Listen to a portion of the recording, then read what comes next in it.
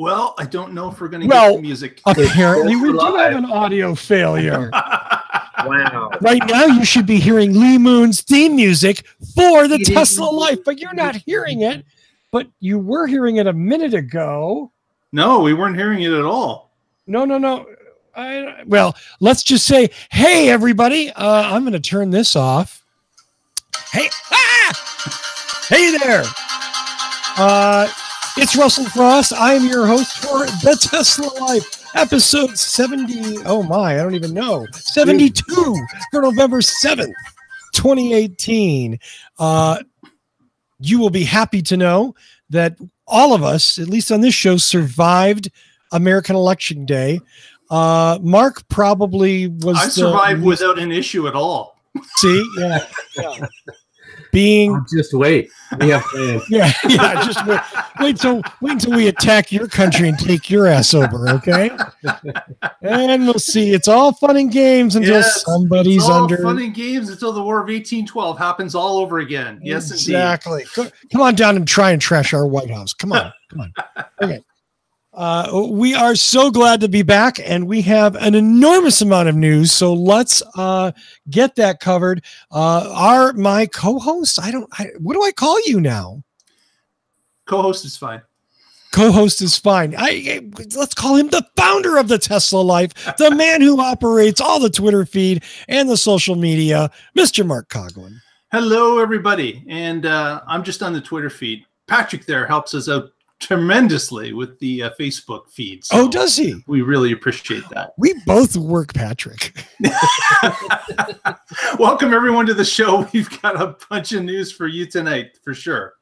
Absolutely. And don't mind his scary bright white face. Don't mind that lovely background from somewhere deep in the heart of Texas.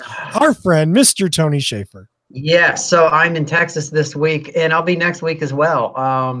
So apparently, Texas is closer than Chicago to the sun, and so I might have to step out and do something about this. I can't really control the light in here, the hotel room. I did learn one thing this week. If you step off the airplane and you go into the terminal and you say the sun at night, or what is it? The stars at night are shining bright, people will punch you. Did you get punched in Texas? No, not really. I didn't really do that. He will tonight. Yes. Somebody's driving right now. Yeah. The unnamed Texas city. I'm gonna go do something about that because that's really annoying me. You go do that. We'll introduce our other panelist, our man in the Pacific Northwest, Mr. Patrick Connor. Hello. So last time on this show, I introduced myself as a Tesla shareholder, Tesla driver, and Tesla fanboy, and Russell was like, it's not a competition. I was just trying to make sure all my biases are out there and well known what perspective I'm bringing to the show. Says the man with a Boring Company fire extinguisher. Yep, right there. Yep. There we go. Well, let's go to the first story, which is probably, I don't know, it's not the biggest. Let's just say it certainly fascinated me so much that not only did I listen to it, but I actually read the entire transcript. Wow. I know, right? So say what you want. This is, let me give you my opinion. Wow, what a nothing burger. What an hour of my life I won't get back. What Kara Swisher might be, I can't imagine anybody else getting that many softballs from an interviewer. And I have to say, I came away from the interview knowing that Elon's a great guy and he means well and everything's going to be fine. What else is there to know? Russell and I don't agree. I thought it was a great interview. Elon talked about some of the mistakes he's made, and she was like, well, are you going to make them again? And he sarcastically said, no, I'm never going to make another mistake in my life, which I thought was a pretty funny moment in the interview. And then there was a couple contentious points where he was talking about how difficult it is to run a car company. And she was saying, well, why do you make it so hard on yourself? And he was like, no, you don't understand. It is just difficult inherently. It's not that I'm making it hard on myself. It's that even car companies that are well established have gone bankrupt, and he's trying to Except for Ford and Tesla. right. Oh, and then he threw some water on one, and Ford might not make it through the next down. Yeah, he said the next recession, Ford may not make it. Yes. What an asshole. No, come on. I just like that whole working 120 hours a week bullshit. Meanwhile, his personal jet's flying all over the place, ostensibly empty. No, he said he was down to 90 or 80 hours a week. Yeah, something sure. manageable. Yeah, sure he is. Right, and just because he's flying somewhere doesn't mean he's not working on the plane. He's not sleeping on the factory floor when he's flying to New York, okay? And that's my only point. My only point is that Elon's an enormous drama queen, and that this whole that everything orbits around him is partially true, which is, again, as I've said many times, the strength and the weakness of Tesla. The strength is that he's a man of a lot of drive and a vision, and he has a plan and he wants to see it done through. The weakness is he's not so good at doing and executing. He's good at thinking stuff up and getting the troops inspired. But after that, it all kind of goes to shit really quick. I'd say the results say otherwise. Yeah, I think that's a little bit over the edge. I think that he certainly. You're right that he takes too much on himself. He doesn't seem to delegate as much as he could to help forward the company. But you're right. He's their number one cheerleader. He's their number one morale officer. He can get people, the troops, to circle the wagons and get stuff done when it has to be done. And he's proven that time and time again. But you're right. Some things slip through the cracks. And is that because he doesn't delegate as much or that he could?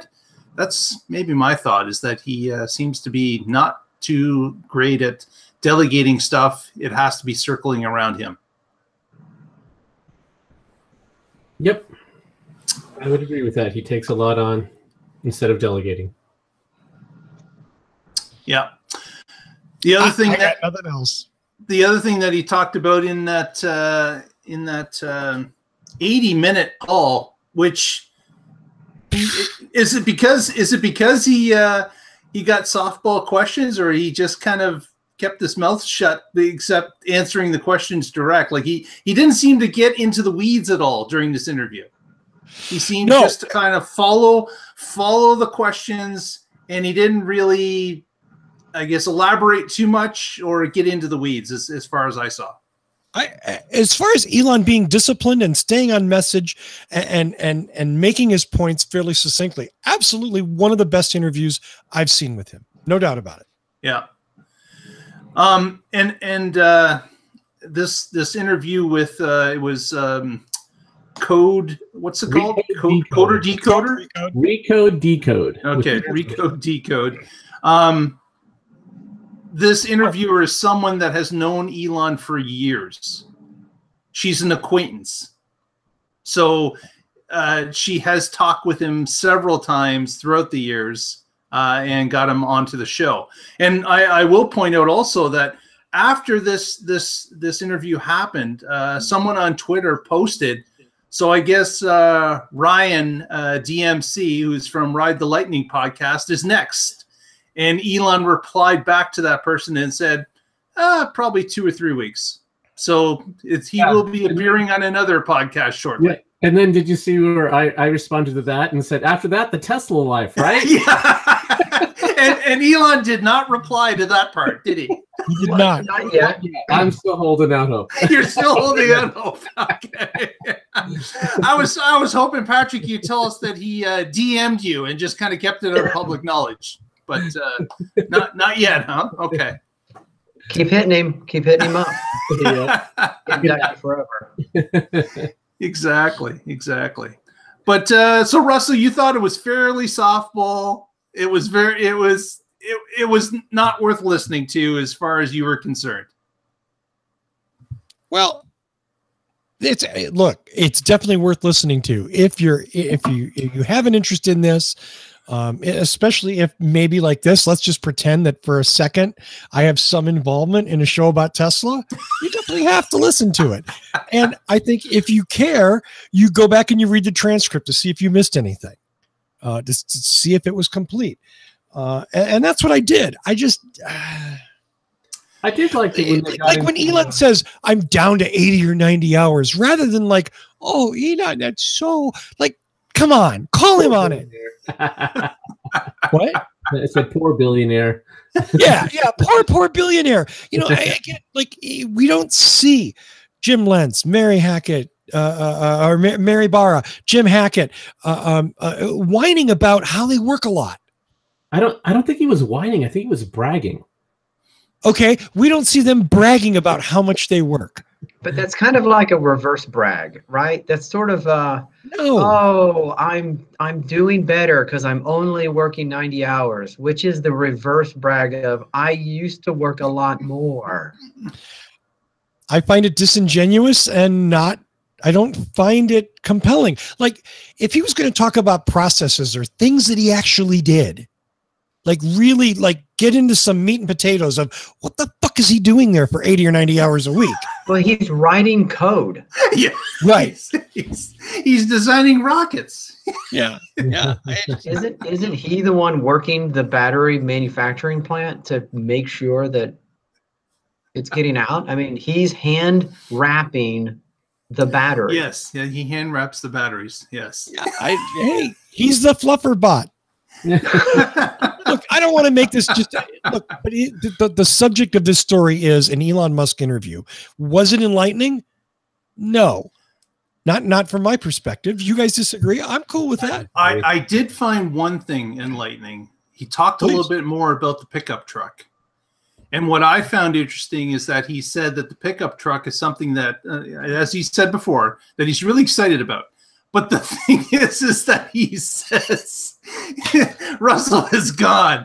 But the thing that he had said was that he doesn't know if the pickup truck will sell because he has built a Blade Runner type truck that he does not know if is commercially viable. And he doesn't care. And then he said, of course I care. It has to sell. Maybe we'll have to back up if it doesn't sell and sell something more contemporary. But it was interesting to say that this is going to be a radical looking pickup truck from his description. So maybe those crazy pictures that we've seen in the past, the only ones that we've ever seen from Tesla themselves, maybe there's more truth to them than we thought, because it certainly appeared to be, a really large truck, which we've now heard is, yes, it's a 6-seater, and it's a full-size truck. But man, that little drawing that Russell has up, we'll just share it here, is that's a pretty radical looking truck. And if it ends up looking like that, he's right. It may not sell. Yeah, exactly. If it ends up looking like that, holy shit, sell your Tesla stock now. Okay? Because number one, nobody needs a truck that's 2 stories tall. Where do you drive and where do you park a 6-seater truck, a 6-seat truck with a full bed? Well, keep in mind, Tony, there's many 6-seater trucks out there now, right? You've got the dual doors on those trucks, and they all seat 6. They seat 6? Yeah. But look. No, we're not talking about stacking bodies. So we haven't actually seen the truck, so why don't we save all this speculation for when we actually get to see it? But here's one thing. I like the fact that they're willing to do something that's radically different than what's ever been done before. A lot of the people that are truck drivers today are not going to be interested in a Tesla no matter what they do. So why not try to expand that market and go for people that are interested in something that's radically different?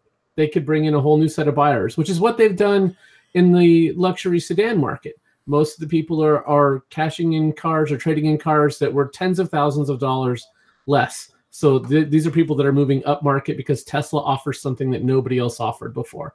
And yeah, it's a risk. It's a gamble. And hooray for Tesla, because just doing the same crap as everybody else is not very interesting. Okay. It'll make it interesting. There's no doubt about that. How are Tesla vehicles, other than the propulsion system, So as radically different from sedan passenger cars now as that drawing of that truck is from trucks that exist now. So they're a company that's willing to do things differently. We've talked about how they don't want to just follow the same manufacturing methods that everybody else uses. And yes, they've had some skin knees because of that, and they've had some failures because of that. And the Model X is a perfect example. That is a radically different vehicle than anything that's been out there. It's got the largest windshield in production. They had the Falcon Wing doors that caused them years of delay to get that engineering right. And so they're willing to take chances. And I'm happy to see certainly they have a broader brush now that they can take those chances with the 3 already in production and ramping up and continued, and apparently the Model Y coming out before the truck will come out as well. So it won't be as big as a risk than what we had seen with everything having to be right with the Model 3. This will be an afterthought when things are running smoothly for 2 other models, and they're selling those in great numbers. Yeah. Now I will say, looking at that illustration, I don't know if Russell wants to put that up again, but Nope. All right. In theory, none of the Tesla vehicles in production right now need a frunk. It's just space. It's just taking up space. So they could make all the sedans and the X go straight down, just like that drawing of that truck. Oh, and then I have a crumple zone though. And not have a crumple zone, and then you lose safety. So I don't think that illustration is accurate from a actual production and safety and whatever, because you would have people's knees inches away from the headlights. Oh yes, so that's why I said let's not even talk about it until we see it, because I don't think that was they took the Semi, they changed it into a truck and put up a drawing. I think they've made tons of changes since we saw that a year ago or whenever that was. So, but Patrick, here's where I have an issue with that interview and with this topic. I agree. It's silly to talk about concept cars. It's when we don't have any idea what it is. Who knows? For all we know, Elon's idea of cyberpunk or a Blade Runner could be like rusty sides. You know what I mean? Hey, that like was it may in not Blade be Runner. That's true. anything. But that's sort of the point of that was the pointlessness of the interview, was like, why not bring it a little bit, even a little bit closer to reality? Hey, guess what? My new truck isn't 2 stories tall. Guess what? You can't put a full-size truck in the bed of our truck, but it's going to be cool anyway. Yeah, but guess what? That's Elon's thing. Like, he's always done something, weird with it. Like, always. Is it going to be the Model BFT? Yes. Oh, it's going to be the model, BFT. Yeah. That's funny. Yeah, so hey, I wouldn't be surprised if at the Model Y reveal, which is tentatively scheduled for March sometime, if the truck is the one more thing that pops out at the end. That would be kind of cool. Yeah, I can see that happening. Or maybe the Model Y is delivered in the bed of the truck. Yeah, there you go. Yeah, just like the Roadster was in the back of the Semi. Yeah, exactly. Yeah. Yeah. I like that, Tony. You're thinking. Yep. You guys have to use Mark's code so he can meet Evan and I at this event. That's right. If you're buying a Tesla, let us know, and we'll share my code with you, and help me get to the next Unveil event. That would be nice. Yeah, absolutely. And while we're talking about that, if you're watching this podcast for the first time, please press the subscribe button on the YouTube channel. Help us out. Give us a couple numbers. We would really appreciate that. I agree. Hey, look at that. It would be cool if we had 3 people from the show at the next event. Wouldn't it? That would be. I would be all about that. Yeah. Even if one of them wasn't me, I'd be all about that. No, seriously, man. I think it'd be awesome. And I can't think of 3 better people than you guys. So, good for you. Hey, speaking of miracles, because that's what it's going to take to get all 3 of you to the next Tesla event. Hey, well, you're not that far away. Maybe someone can have a +1 spot for you. Oh, does Elon play that game? When you get invited to an event, I think it's you in a +1. Is it? No. Wow. Well, We shall see.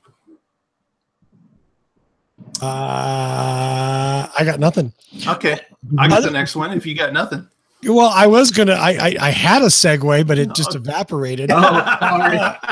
Again, plus one more story for tonight. Speaking of miraculous developments, so dude's driving his car, everything's fine, and all of a sudden, a boulder about the size of 2 human heads crashes through his windshield. Maybe we can put some video of that up or some. Do you want me to I can grab that. Thank you. So he's tooling along in his Model 3. All I want to know is, well, I mean, how do you not crap your pants when a boulder that big comes through your windshield when you're driving? Okay, yeah. Exactly. Like a large bowling ball size, right through the driver's window there. Yeah. Look at that. Look at it. And it's right at the driver, like right at his head. So you've got it looks like it did some sort of bounce off the road, and you've got front bumper damage, and then it lobs up and goes through the windshield. And there's another shot of it. Look at that sitting. That's the dash that it broke through. You can see the wood grain here. Yeah, luckily it hit the dash and not the driver. Yeah. And then it didn't stop there. It smashes through the window, completely damages the dash, and then jumps into the seat beside the guy. Going for a ride. Hey, mind if I tag along? Yeah, exactly. Yeah. Talk about picking up to hitchhikers. Like, what a crazy story.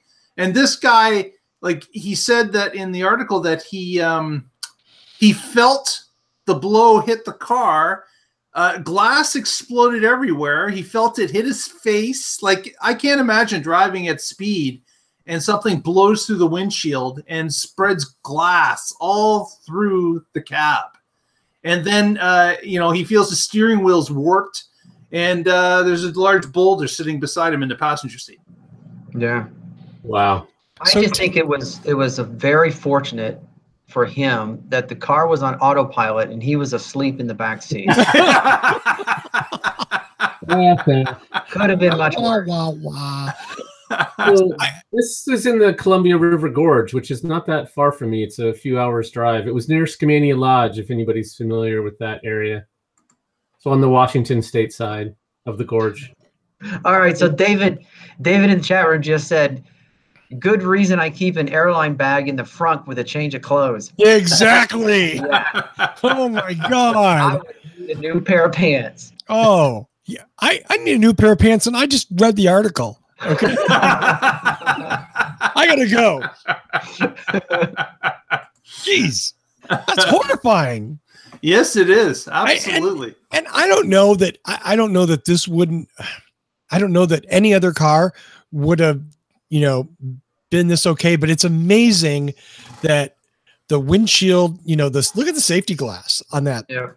That's outstanding. In fact, I mean, yeah, the guy got cut and there was glass, but my God, the whole windshield didn't explode. It tore a hole in the windshield. Most of the glass is still in place.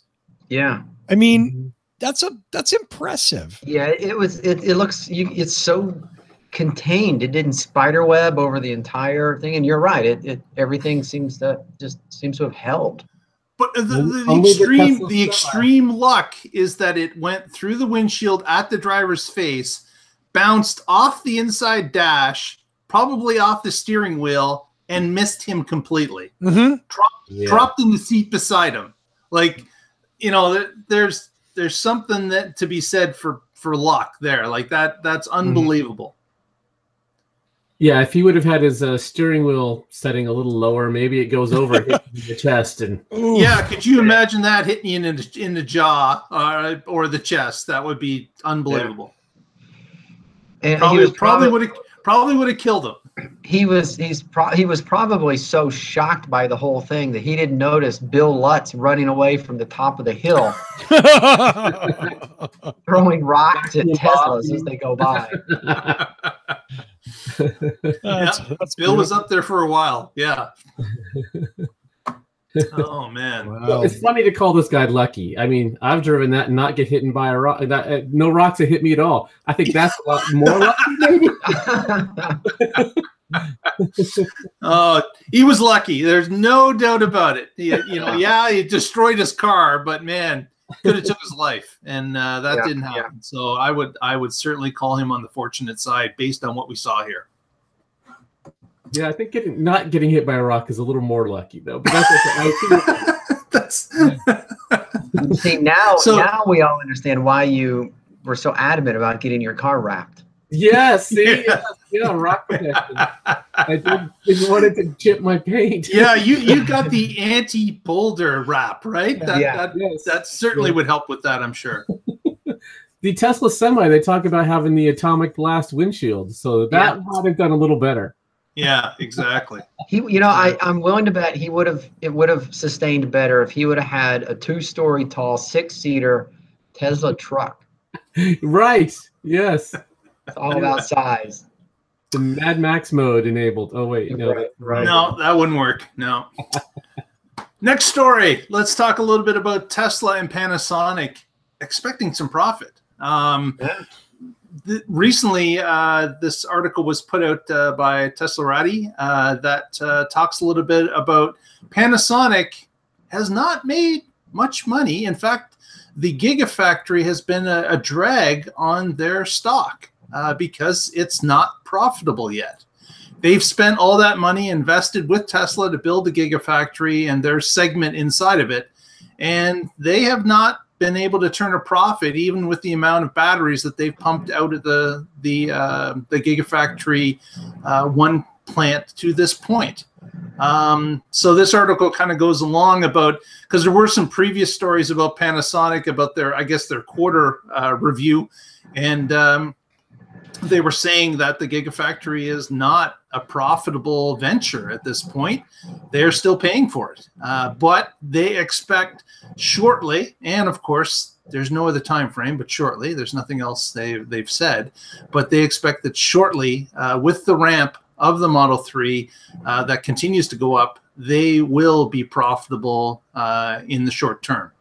But it is interesting that someone that came into this with a partnership with Tesla and has pumped out, let's face it, a lot of battery packs. At this point, they've got to be pumping out 5,000 a week, has not been profitable. So that was kind of eye-opening, although the investment was rather large. Right, and they're still putting in more battery lines there, so they're still investing for growth, which is one of the things they talked about in this article. How now they've got, I think they said 10 lines already going and stable, and they're adding more. And adding 2 more. Yeah, by the end of the year, 2 more. So right, and so as those lines get stable, then they can start reaping the profit from them instead of investing more in them, and they can turn up the speed. And so hopefully that's good news for Panasonic this quarter.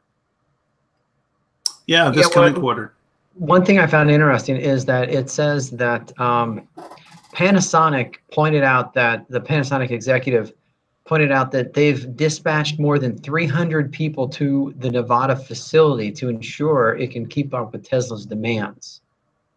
I wonder how that goes. Hey, the good news is we have a new work assignment for you. The bad news is you're moving to Nevada. And not Las Vegas. No. Not Reno. No. No, not even Sparks. We're talking that desert address. That's what we're talking. We're talking half an hour from Sparks. You're going to the new Tesla town. That's where you're living. Tesla town. Take me to Tesla town. Oh, sorry. Won't you take me to Tesla town? There's our show. T that rhymes with B, and that stands for battery. It doesn't take me much, does it, to get going on the music thing? No, it doesn't. No, it doesn't. Just like the last story. Okay, fine. That's how you want to be. Another story that we can go on to is about why are Teslas so safe? And we've touched on this many times in the past, but this was written up by Inside EVs this week, and it talks about magnets. They're not safe at all. They're not safe enough. But they were able to show that, of course, the magic behind the safety in the Tesla is, of course, as we've said all before, crumple zones. That is the big safety feature of the Tesla, because you haven't got a transmission and internal combustion motor that will be pressing up against you in the car if you get into any type of a front end collision. Yeah. So this article goes over the different safety features. We're not going to go through them all, but obviously the big one is crumple zone. And low center of gravity. And the low center of gravity. The battery keeps the car well placed on the road, and of course anything happens to the battery or it's been pushed upon, it's part of the frame, it helps in the rigidity of the car, and if it's down and away from the passenger if it was ever to be hit. So simple story, but I thought it was worth pointing out that other people have talked about this as well, not just us. Yeah, and like you said, it is a very well written article that brings in a lot of other topics that were touched on in other articles. So it is a good one-stop read for a lot of the different aspects. Yeah. Yeah. One of the things that the other car manufacturers, they're taking their current gas car designs and they're just putting the motor in there where the engine was. They're really not doing this. They're not taking advantage of everything they could get out of an electric car when they do that. Yeah, sure, it might be faster to market or easier to match with what you already know, but they're really missing an opportunity. And that was something we touched on previously about the safety features of the car, is that not only do they plan to, I guess, beef up the ability for the car to take a hit in the areas that it's tested on, but they also look for the weakest point in the car, and they make the entire car safer, as opposed to just trying to perform, I guess, for the test that they know where the car is going to be tested on. So, again, very safe. There's a picture at the end of the show that I'll show that was tweeted just the other day about how safe they are, and I'll leave that to the end. But it's an impressive feat that people walked away from this type of a crash. Yeah. There you go. Yep. There you go. Well, guess who blabbed his big fat mouth about Gigafactory 3? Wait. Russell? No. Xiao Jinping?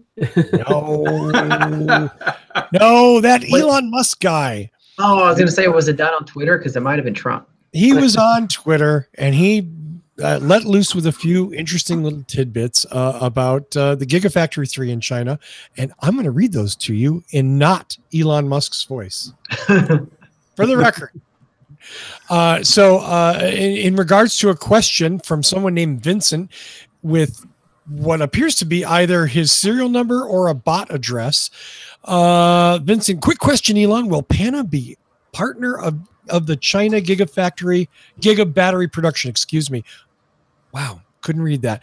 Elon responds, Tesla will manufacture all battery modules and packs at China Giga, as we do today in California, Nevada. Cell production will be sourced locally, most likely from several companies, including Panasonic, in order to meet demand in a timely manner. So that confuses me.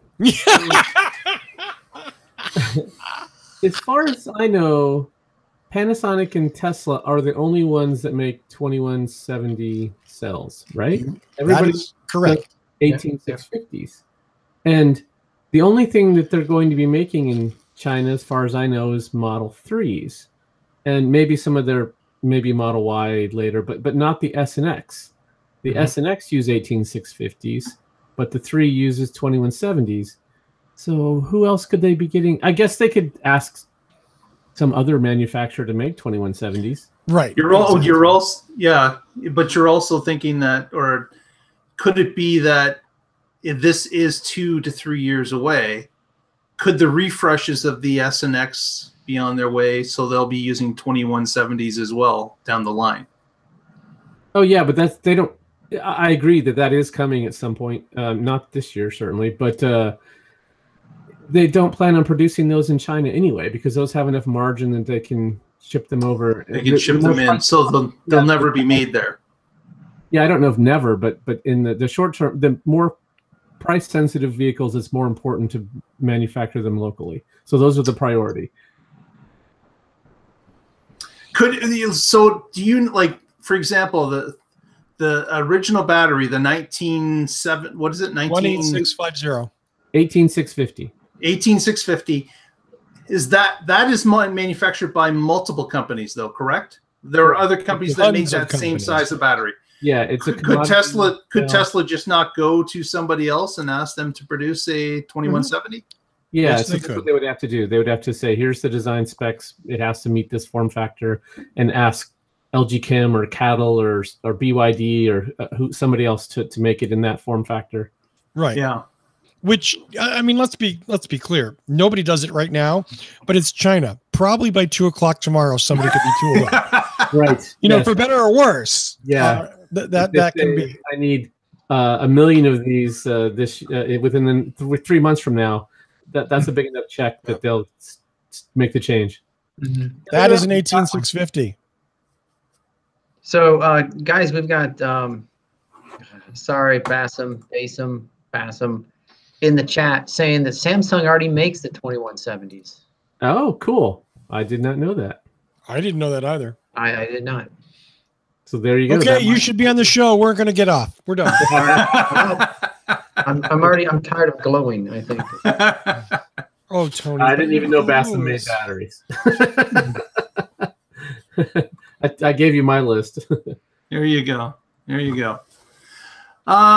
Next, we've got a video that's not working for me. I'm sorry. I read that wrong. I was going to show it, but I'm not getting the ability to do so. I don't know, Russell, if you could grab that video. I'm going to give it a You take a look for it.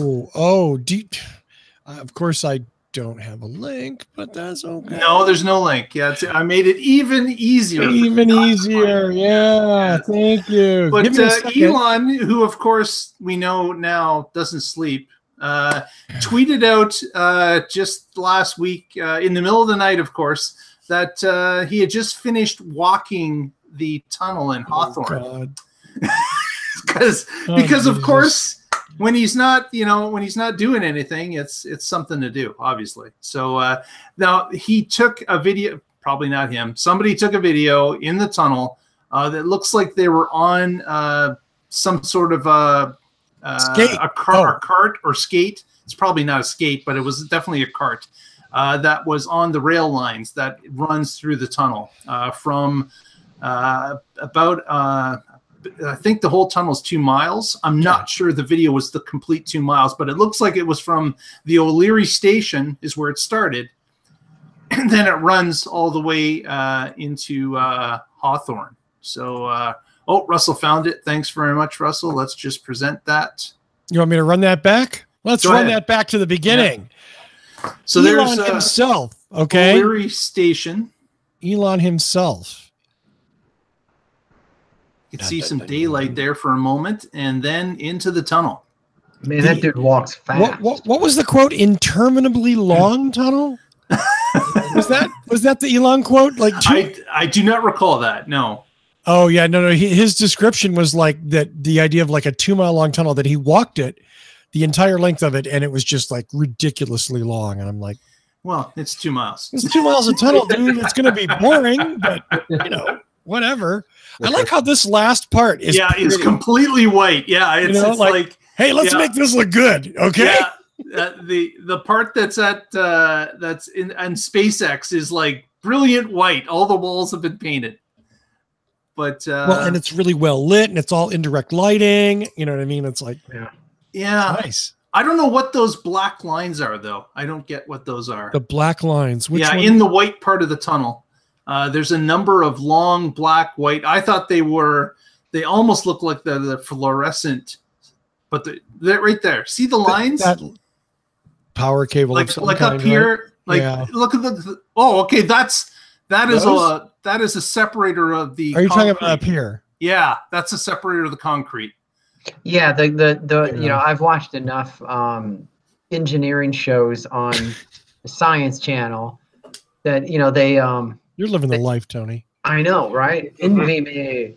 Yeah, so they bore the tunnel, and then they put the arch their, you know, semicircle, you know, in place, and you can see where they bolt them together. Yeah. So yeah, perpendicular to the seams are the bolt. The holes up here for the bolts. Yeah. Yeah, like a pocket screw, only of course much bigger than a pocket screw. And I don't think just a little bit. Yeah. Yeah, they're just a little pocket, little wood screw, hold them all in. Yeah, I can see someone down there with a, you know, an inch pocket screw, just making sure she's in there solid. Yeah. Absolutely. I got nothing. Well, Russell, are you still thinking about possibly showing up at the unveil December 11th? I unfortunately have another event that I have to go to that is going to be even more exciting. Wow. Yeah. Even more exciting. It's going to be even more exciting, and I unfortunately will not be there on December 11th. It makes me sad because I would love to go up there, and I would. You've got to have a friend you can send as a field reporter. I have no friends, Patrick. You know that. Well, let's put it out to the chat room. If anybody knows of anyone in the Hawthorne area that could report and help us out, please let us know. Yeah. Send us a note. Yeah, we'll have you on the show. You can talk about your experience. You can show us your pictures or your video. Absolutely. I love that idea, Mark. That's great. That will work. I love that idea. Absolutely. Somebody must live near Hawthorne. But yeah, I'm going to be in the Midwest. So. Okay. And while you're there, ask Elon when he'll be on the show. Right. Right. Yes. Absolutely. Our next story is about new VIN numbers that have been registered, that Tesla has registered. Now, in previous tweets and information that we've shared on this show, the VIN numbers have been rather large. You know, thousands have been registered at the same time. We just talked about last week, another batch had gone through. Well, recently, a grand total of 7 VIN numbers were registered. And you may ask, why not thousands? Why only 7?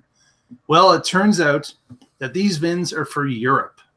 So these have been registered for Europe cars, Model 3s, that have been registered. So this is the start of some, I guess, fleet vehicles that are going to be moved around Europe for maybe demonstration purposes or testing.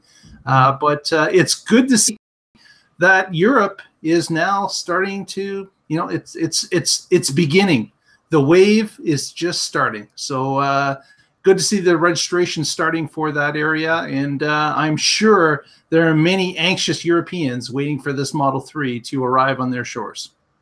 Absolutely. What was the clue that these are European? Are they right-hand drive or something? No, they're left-hand drives. But I guess it's something in the registration process that they have to register where they're going or what continent or something along that line, because it was clearly stated in the Inside EV articles that they were for Europe. Yeah. So I don't remember whether it's in the either it's in the article that these VINs are metric, or it's possible I just made that up. It's one of those two.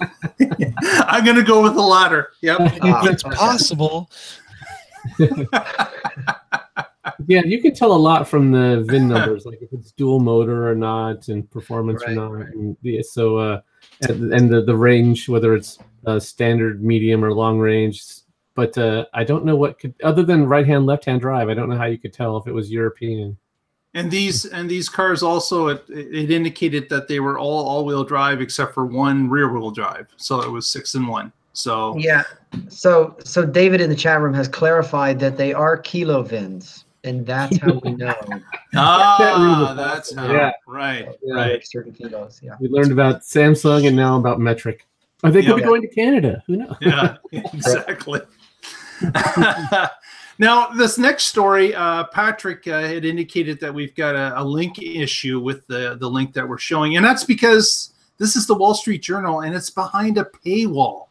So I was unable to get another link for it, but I did want to talk about it because it's very interesting about the lengths that some people go to find out what's going on at Tesla. There is I guess a data company that is able to scrub data information that comes from cell phones. And they took it upon themselves to map out the Fremont factory, about 370 acres worth. And they were able to put a fence around it, an electronic fence. So when cell phones go into that mapped off area, they would get pinged as to how many cell phones were in that area, that square footage area. So anybody that works at Fremont that has a cell phone, it pings a tower all the time that the phone is there, just so you know that it's there. The phone will work. It's connecting with the network. They're not calling anybody. It's a ping that connects to the tower. And this company painstakingly counted the pings that were happening all throughout a number of months, 24 hours a day, 7 days a week, so they could map how many employees were working at the Tesla factory. And then they were, of course, able to sell this data to fund managers and others that were interested in the information to see if Tesla was on track, if their 3 shifts a week were really 3 shifts, if they were having an increase in employees that were coming in as it got close to quarter end. They were able to count the pings as to the employees that were on site in Fremont. I just found this remarkable, that this is the length that some people are going through to get inside information, what they feel is valuable for their customers. So they're being cyber stalked. Great. Well, I mean, so this I don't know if it's Thasos or Thasos, but this company, they didn't actually put sensors around the factory. Right. No. What they do is they buy cell phone data from companies who build apps like your weather app. So you're working at Tesla and you touch your weather app. I wonder what it's going to be like, and that pings that weather app and sends your location to them. And then companies like Thasos go, oh, we want all that data. They sort through it, find the data that's within their geofenced area, and boom, we have some rough idea of how many cell phones were within that area at any given time. Does that make sense? And the thing is, when Elon said we're ramping up our shifts and we're going to work 24/7 and we're going to work over the weekends, like Mark said, these hedge fund managers went to Thasos or whatever and said, I want you to prove it. And yeah, they were able to sift through historical data and show that it used to be like, regular shifts. And then when Elon said we're going to ramp up, then the data backed that up. Right.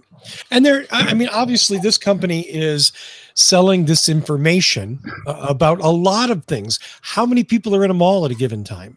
Yeah. You know what I mean? Like as a way to verify, other than, the mall owners going, oh, well, we have 10,000 people an hour.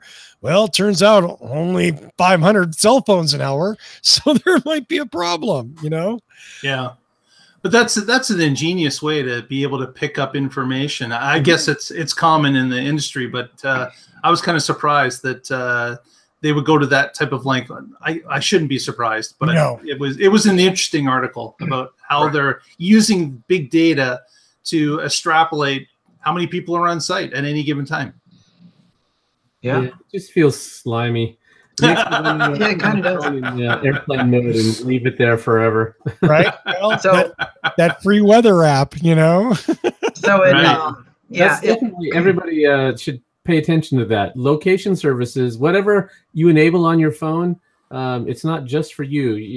You should be aware of this. Well, I mean, and that goes back to the truism, which is right. If you're not buying a consumer product, you are the product. You know what I mean? You're not paying for the free weather app or the Snapchat or whatever.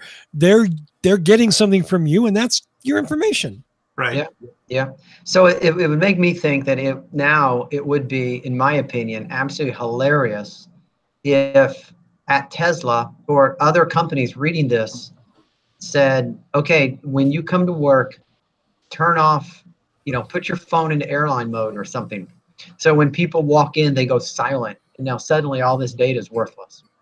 Yeah, just put a big Faraday cage around the factory. Yeah, that would do it too. Yep, a new sprung structure, just without the material. Sprung structure. Yeah. Or do the opposite. Send out millions of location pings every time. Oh Look, Tesla has 10 million employees on site right now. How is that possible? I mean, if you know somebody's tracking you in this manner, right? Yeah. You go out and you buy 1,000 burners. Yeah. Yeah. That's not even a lot of money. Bring your new phone. Bring your old phone. Bring your parents' phone. Exactly. Next story. Autopilot pricing update. Uh-oh. Patrick, did you know about this? Did you hear about this? I have heard about this, yeah. Maybe you'd like to talk a little bit about it. It's kind of a change. Again, Tesla seems to be moving the levers around in a number of ways on the pricing of the cars, on the pricing of autopilot. It seems to be a moving target till they get to what works for them. What do you think it is, Patrick? Why is this stuff constantly in flux, or is this just Tesla? Well, so for some level setting, most recently, this change that we're talking about, it was that enhanced autopilot was $5,000 if you bought it at the time of getting your car, and then it was $6,000 if you added it on afterwards. This latest change, they've said it's still $5,000 if you buy it with your car, but it's going to be $7,000 if you add it on afterwards. And then soon after doing that, they said we're having a free trial period, and if you buy it during the free trial period, it will only be $5,500. So the at the same time as raising the after the price, they also gave you this discounted window. So I think that they don't know how to price it yet. There aren't companies like this selling software upgrades for cars, and so they have a lot to figure out how to price it correctly and encourage people to buy it from the beginning instead of adding it on later. But then they'll still do these trial periods when they want to try to sell some. There's just it's some new ground, and they're trying different things. Yeah. So when I was given the autopilot trial for 2 weeks, I had the capability of purchasing after the 2 weeks, and it would have been a reduced rate. It was, it was an extra $1,000 at that point. So instead of 5,000 or 5,500 US, it would have been 6,000 US. But it's interesting that this trial goes out again. I don't know if it only goes out to certain people. Will I get a crack at it again? I'm not sure. If I'll get another free trial, or if my pass is over and that's it. I had one shot at it, and I could have signed up then, and now I'm at the $7,000 level. Yeah, I'm not sure either. Somebody was asking me, hey, I got the 14-day free trial. Will I get this 30-day free trial? Yeah, I don't know. I hope so. we do. We'll have to keep our eye on it as to what happens with it. But it's an interesting development. Again, they've been playing with the price all over the place. This is just another part of it where they're trying to get comfortable, trying to pull a lever. Because, of course, upselling that software has got to be the easiest money they've made, because the software's developed. It's already done. They didn't have to do any more work except push it to the car, and that's it. Right. So it's got to be the best money for them possible, right, profit-wise. Yeah, if 20,000 people are using it or 80,000 people are using it, the development costs are the same, the distribution costs, the hardware in the cars. So yeah, they definitely want people to upgrade. And what would be really interesting is to be able to see, how many people get it, how many people have it, how many people don't have it. That would be really cool to see. But obviously, we're not gonna see that. But right, yeah, Tesla definitely has that data. Yeah, so be very interesting. Yeah, do different things to try to encourage uptake and keep doing the ones that work and try new things when it doesn't.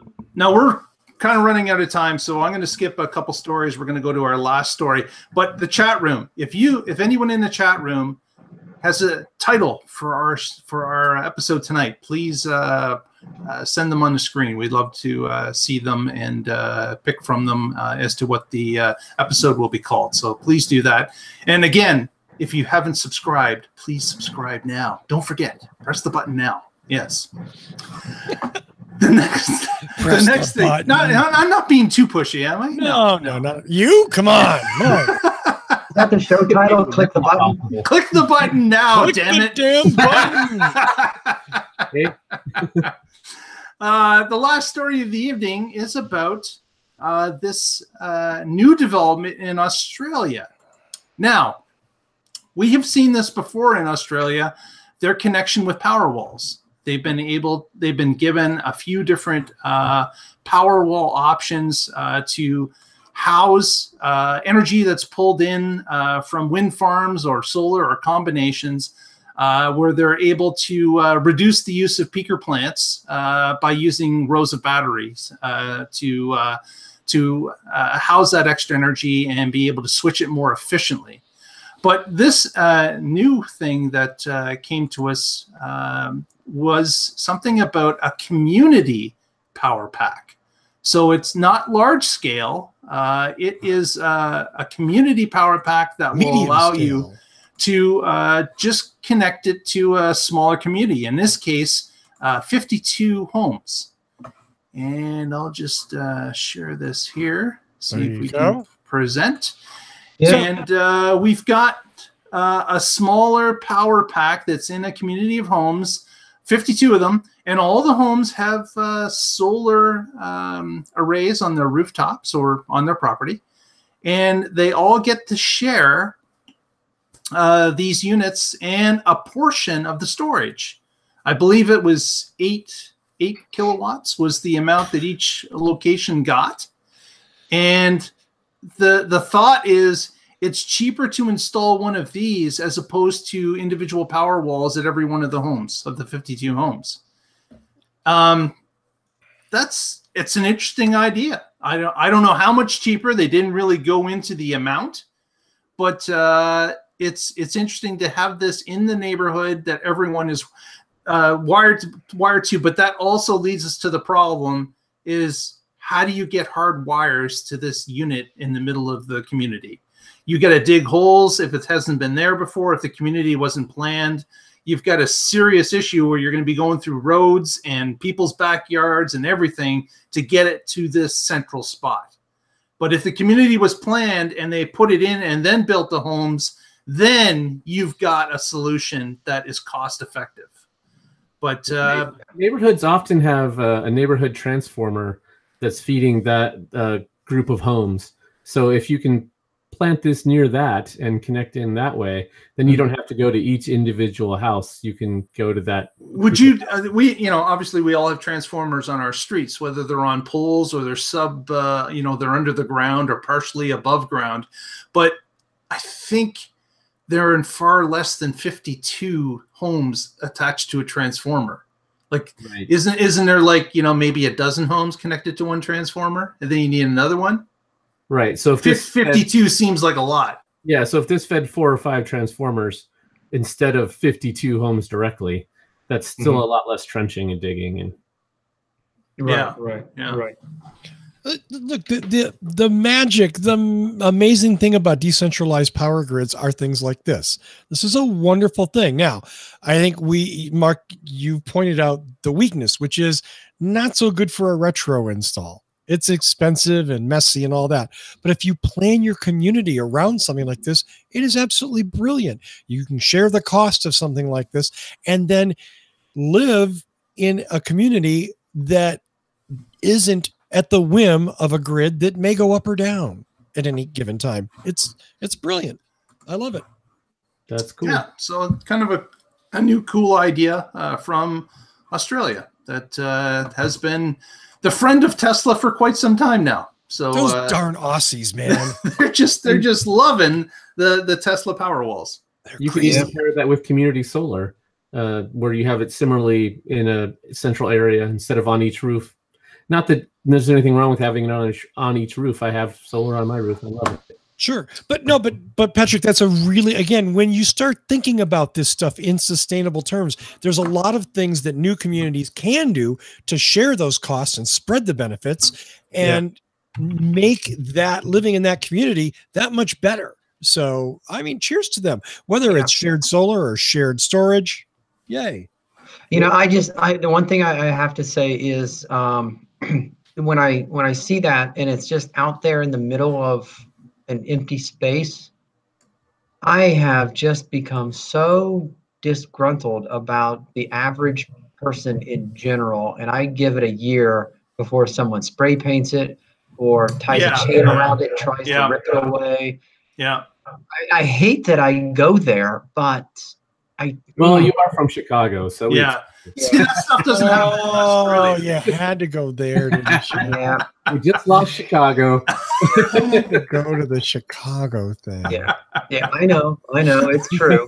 Yeah, that's why they kicked him out. He's in Texas. But I do think what I do think is things like condo buildings or apartment buildings, they could put something like that on the side and build a structure around it, or somehow enclose it. Yeah, well, I know that like superchargers themselves, they have a number of these units there, like big white boxes, and they typically will build fencing around them, whether it's wooden fencing or block fencing. There's something typically put around supercharger sites for the power, I guess the distribution at a supercharger. So they could do that here as well.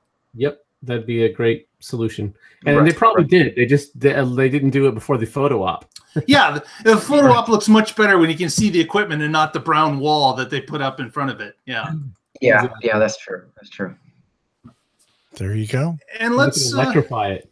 We're over time, so let's just wrap this up. I do have one last thing that I'll show just right now. Get that out of the way. I promised you a crash scene, and this is a crash scene. Let me tell you, this is it looks like a 90 DE Model S. That was rear-ended at 55 miles per hour while they were at a dead stop.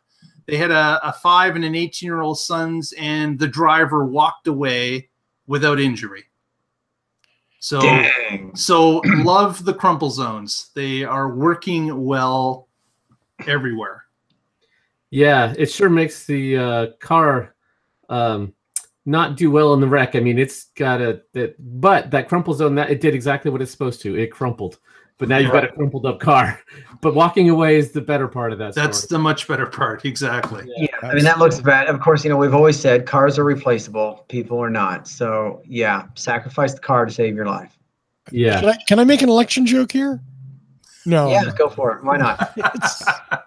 Saying there's some people replaceable, and it just happens. I ain't saying anything. No. Nope. He's going to stop himself. Yeah. I just hope the 5-year-old wasn't driving. Okay, that's all. That's the only joke I got. I need a show title at some point, but let's do some shout outs and then go home. How about you, Mr. Connor? Why don't you lead us off, sir? Oh, we've got some show titles from the chat. Yeah, we got some show titles. Okay, in the chat? Oh, Tesla gets stoned. Oh, hell yeah.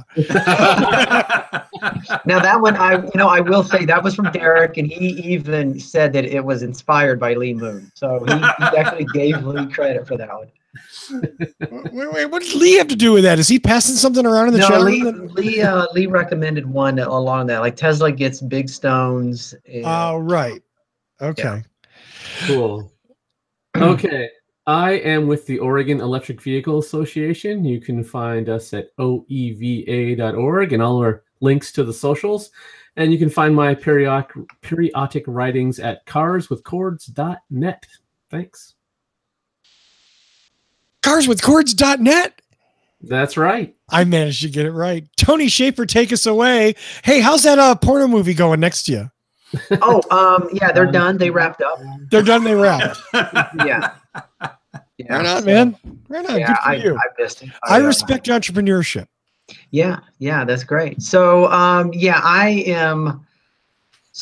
in College Station, Texas this week, home of the Texas A&M Aggies, for whatever that's worth. The only good thing about being here is that it is 77 degrees here right now. It is 33 degrees in Chicago, so that's the only thing I'm really enjoying about being here in Texas. And don't get me wrong, I mean, Texas, it seems fine. It's a lot of desolate, honestly. There goes our Texas viewership. But, so anyway, I want to give a shout out to everybody in the chat room. As always, thanks for spending time with us. We really do enjoy the chat back and forth. And we shouted out several times, you guys are giving us information when we draw a blank, and that's great. I also want to give a shout out to Joel Quinville. I miss you already. Oh, that was sweet. I have a quick shout out. Some friends of mine that I made this week. Because I'm a photographer. I have lots of these things. You've seen these plastic floatable cases made by a company called Pelican. Well, this is a local company that makes really cool, different colored stuff for them, and you can change it out. So if you, like me, have a Pelican case fetish, you can go to pelicancolorcase.com and buy from some really awesome, nice people, veteran-owned company, and they are genuinely decent humans, and that is not too common. Mr. Coughlin, take us home. Just a shout out to everyone who watched the show today, either live in our chat room or on record. Thanks very much for joining us, and we hope to see you next week. Awesome. Well, as always, we want to thank Lee Moon for our theme music. He wrote it and produced it and performed it and gave it to us for free. Well, didn't give it to us, but he lets us use it.